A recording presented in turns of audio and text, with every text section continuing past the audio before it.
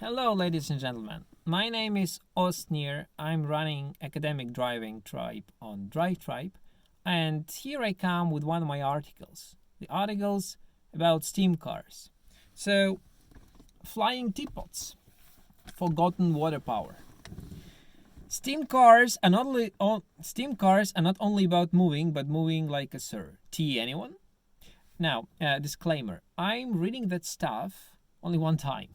So, I mean, all the mistakes, all these, mispronunciations, I beg your pardon. There's something mesmerizing about steam engine culture, don't you find? When I belonged to a cohort of the most equal Soviet children, one of the first books I read was about the adventures of Neznayka, Duna or Know Nothing Sprite, written by Nicolas-Joseph. The book itself was a development of Paul McCock's stories and comics about the brownies. What I found exciting in that book was a car which worked on a carbonated syrup. The concept became so memorable that even today, on closing my eyes, I can see that page with a drawing. Moreover, as a child, I even engineered that car. It was propelled by a liquid which flowed between two tanks of different pressures and rotated the axle on wheels. To cut production costs and boost market attractiveness, the carbonated syrup in my sketch was replaced by water. Mates, that was the world's best invention ever. Elon, are you listening? Yeah? Studio Ghibli and its mastermind Hayao Miyazaki went even further. In 2004, they aired anime, The Howl's Moving Castle, one of the most financially successful Japanese films in history. Not water in pipes or carbonated syrup, but steam propelled everything. Personally, I strongly recommend you to have a look at that film. Imagine a fictional fantasy kingdom, reminiscent of Europe in the mid-19th century. Refined manners, retro dresses, high words, Victorian buildings, balls and dances, and untouched nature. The plot involves love, greed, sacrifice, and war. It's about adventures and feelings, within and outside of a creepy but compassionate house on wheels. And clouds of steam. Steam and magic. The magic of steam are everywhere. Actually, the steam was everywhere in our world as well. Looking back at the beginning of the 20th century, steam technology, external combustion, was incomparably better developed than internal combustion. Speaking particularly of cars, the first of them emerged as early as 1770. Nicolas-Joseph Cugnot, a retired French officer, invented fardieur à vapeur. Sorry for my French, I hope I read it correctly. Then, in 1803, Richard Trevithick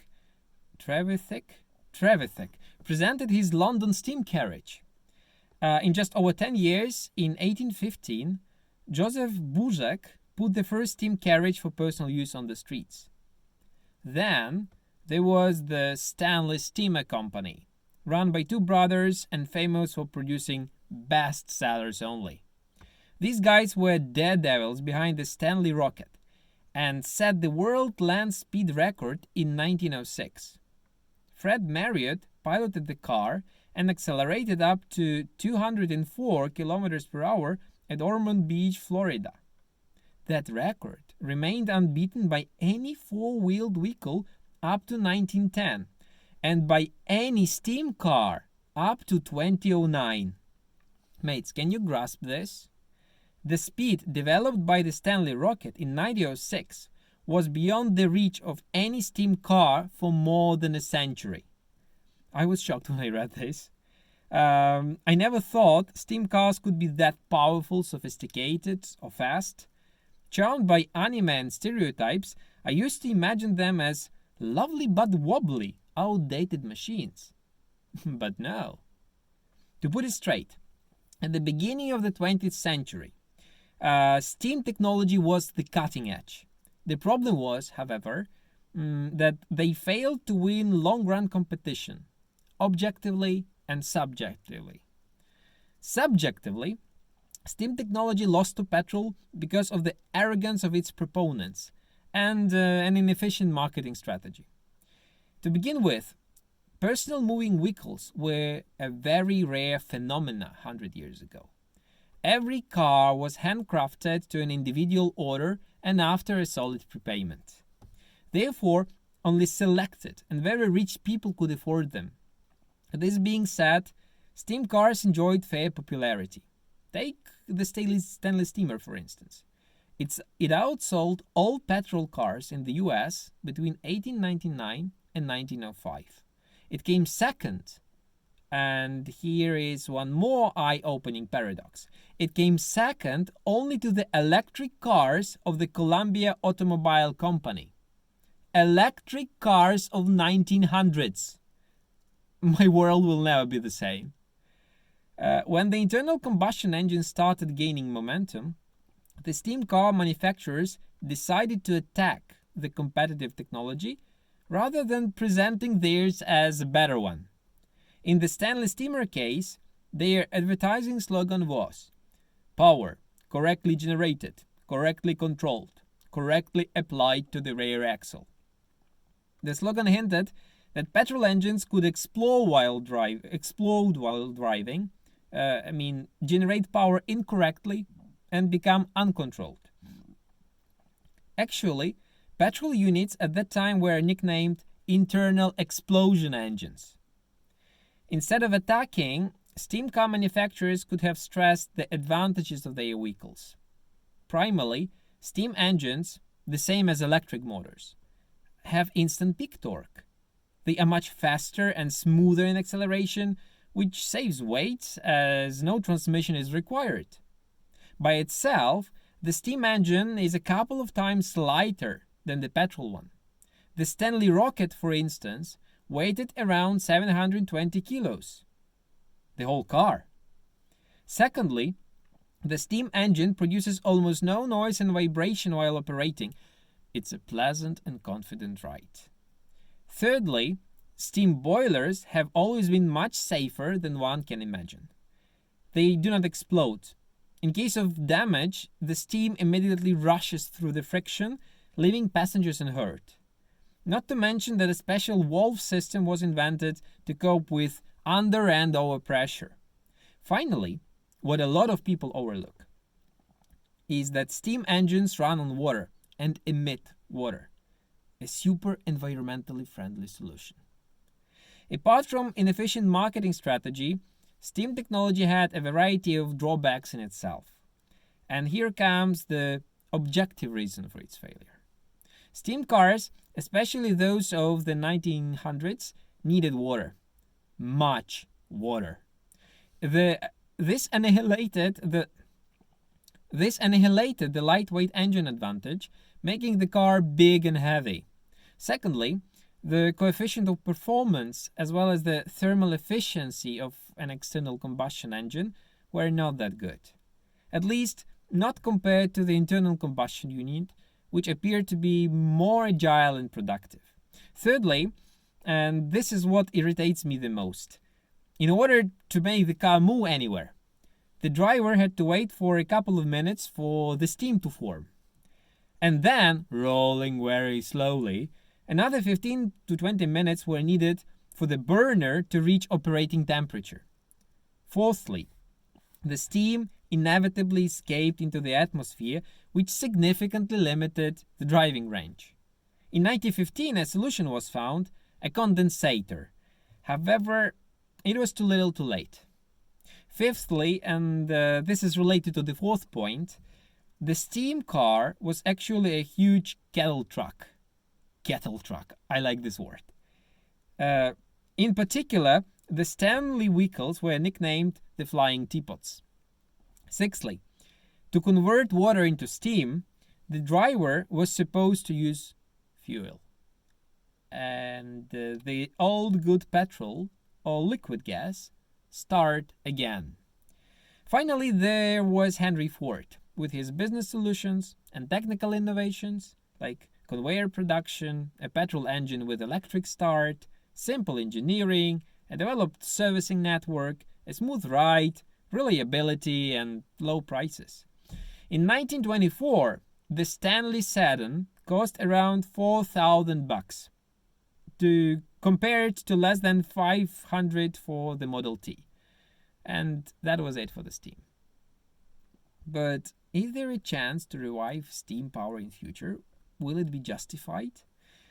Looking at the 2009 record-breaking steam vehicle, the Inspiration, it is at least possible. Crafted by the British Steam Car Challenge, the Inspiration is a 7.6 meter long, 1.7 meter wide car weighing 3 tons. The engine stables 360 horses who drink around 40 liters of water per minute. The engine can also be spun up to 12,000 RPM. To heat all these 12 boilers and produce a super steam, that's 400 degrees Celsius, liquid gas is used. 3 megawatts of heat is generated, which is just enough to make a delicious omelette with bacon and serve it with a couple of cans of tea. On August 25, 2009, the Inspiration car, piloted by Charles Burnett III, reached a maximum speed of 243, slightly more than 243 kilometers per hour. The new land speed record, however, was fixed as 225 kilometers per hour. The next day, another pilot, Don Wales, broke another record by achieving an average speed of 236 kilometers per hour over 2 consecutive runs over a measured kilometer. With all due respect to the Stanley rocket, a new king climbed to sit up on the hill. Speaking of the more civic steam technologies, which do not aim at beating speed records, one should mention that Saab experiment above all. As the result of the 1973 oil crisis, the Swedes hired a team of engineers headed by Dr. Ove Plattel and launched the ULF project. It is believed that in a year, the team presented a 160 horsepower external combustion unit of the size of a standard car battery. The engine did not require any time to start from cold. Very little steam ended up in the atmosphere as a hermetic water circulating system was invented. The engine also used a conical rotary valve made from pure boron nitrate. In other words, mates, the Saab guys crafted some sort of steam Wankel engine. This said, for some fishy reasons, the ULF development was frozen. Dr. Plattel left Saab and founded his own company, Ranotor. As of 2009, Volvo and Scania truck manufacturers revealed an interest in cooperation with Ranotor. They promised to work on a diesel-steam hybrid engine. No news since then. There was also Cyclone Power Technologies, a comparatively small company founded by Harry Schoell in 2007 in Pompano Beach, Florida. The company made up a slogan, "One planet, one engine," and started work on a variety of units propelled by steam. Personally, I find 2 of them the most interesting, the Cyclone Mark V engine and the Cyclone Waste Heat engine. The first is a 6-cylinder radial unit which claims to produce 100 horsepower at 3,500 RPM. It is water lubricated, hermetic, and emits no steam in the atmosphere.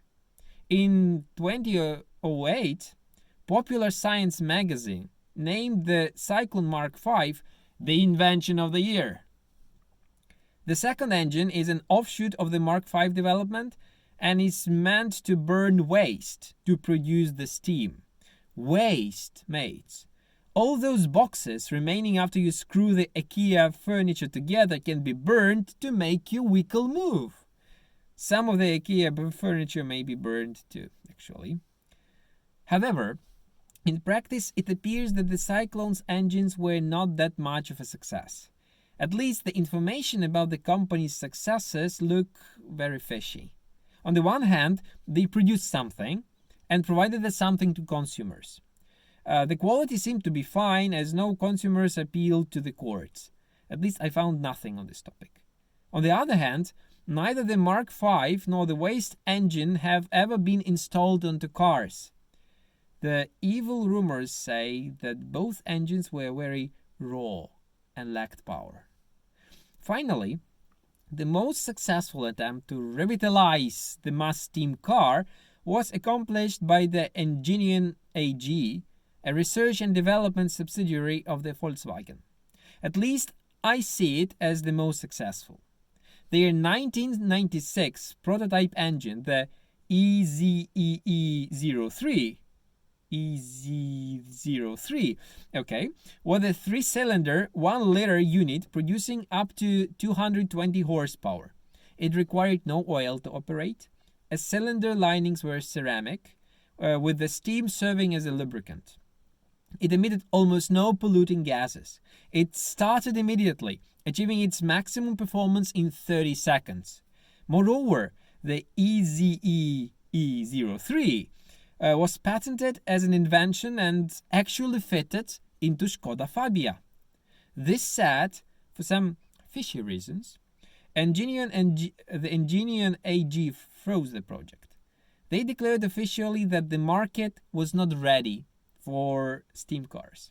Lovely declaration. Volkswagen should probably enjoy the Dieselgate today. If you ask me whether steam car engineering has the future, I would say yes. But it needs to be developed with much more deliberation and dedication. Industrial leviathans, as well as groups of enthusiasts, need to opt for this technology. As with the petrol engine in the 1900s, the steam engine requires refinement by the brightest minds of our era. Steam engines need to compete with one another. Steam engines need to grow muscles. This said, the drawbacks of external combustion, as well as its general perception as outdated technology in our petrol-dominated world or electric-dominated world, discourages further research. The steam engine has been pushed, therefore, to the outskirts of the automotive industry. It scares engineers in the same way as awakened mummy can scare a group of lost archaeologists. But, as a dreamer, I would be happy driving my own flying teapot one day. Wearing a long scarf and big glasses, big glasses are already there, I would become a true steampunk. No, wrong type of glasses then. I would become, anyway, in my dreams, a true steampunk, like Hall from the anime. Hey. Postscriptum. Did you know that Radiator Springs from the Cars film was inspired by the Stanley Steamer? Now you know. And thank you for attention. See you next time with another article.